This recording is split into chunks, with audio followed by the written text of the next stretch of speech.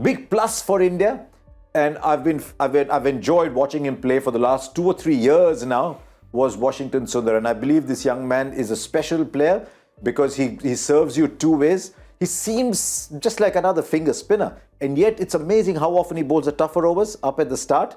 But this additional aspect to him, DK, you got the feeling that at number 7, he didn't have the power game for a couple of years. This has come in the last sort of 18 months into his cricket, and that suddenly makes him so much more valuable to any T20 side he's playing for. I think all-rounders are worth their weight in gold. When we speak about Washington Sundar, he's been injured off and on a lot, and that in turn has made him go to NCA a lot. And I know he's worked with Apurva Desai, who's somebody I worked with as well. And when I have the conversations with him, they spoke a lot about how does he improve his power hitting. And you can see the work that Apurva Desai has put in him. And the trust that he has in Apurva Desai is what changed him. He practiced before the IPL.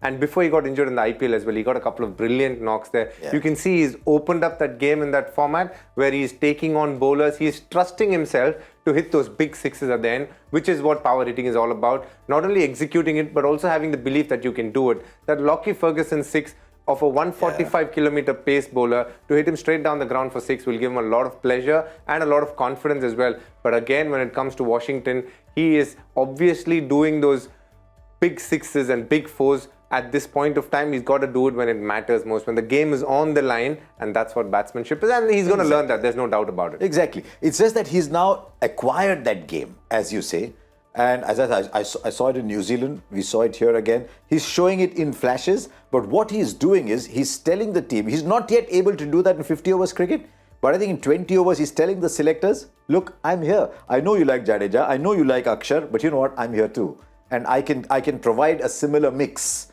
to what they are providing. Add on, I'll bowl in the power play. Tell me a little bit more about Washington. Young kid, is he very curious? Is he very driven? He's still, even though he's been around, he's actually still a very young man. He's, I think, 24, which is very, very young. Yeah. He's somebody who came into the Indian team at a very young age. And he came in, when he was a young boy, when he was playing in Chennai, he was more a batsman who could bowl. But his bowling took off so well because of his height and the ability to do overspin on the ball. But over a period of time, I think he's realized batting is going to be something that is going to add a lot to his game as well. And he's worked on this, he's improved. He played for Tamil Nadu as an opening batter. Now he's a middle order batsman who's working on power hitting. So that tells me he's trying to learn the whole gamut of not only batting and bowling as well.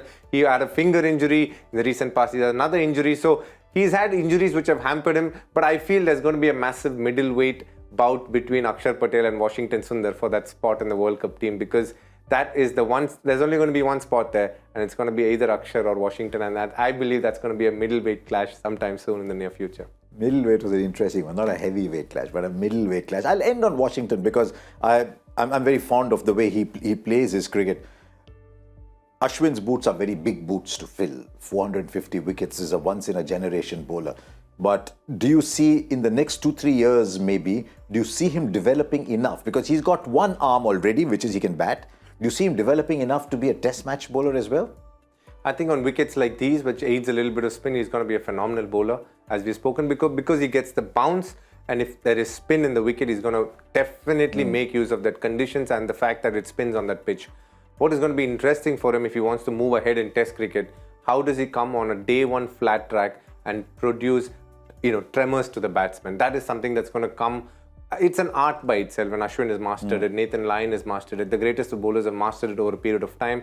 How do you create opportunities on the first and second day of the Test match? At the Ranji Trophy level, he's done it to an extent, but he's been far more comfortable bowling on pitches which definitely assist turn. His biggest challenge will come with more experience.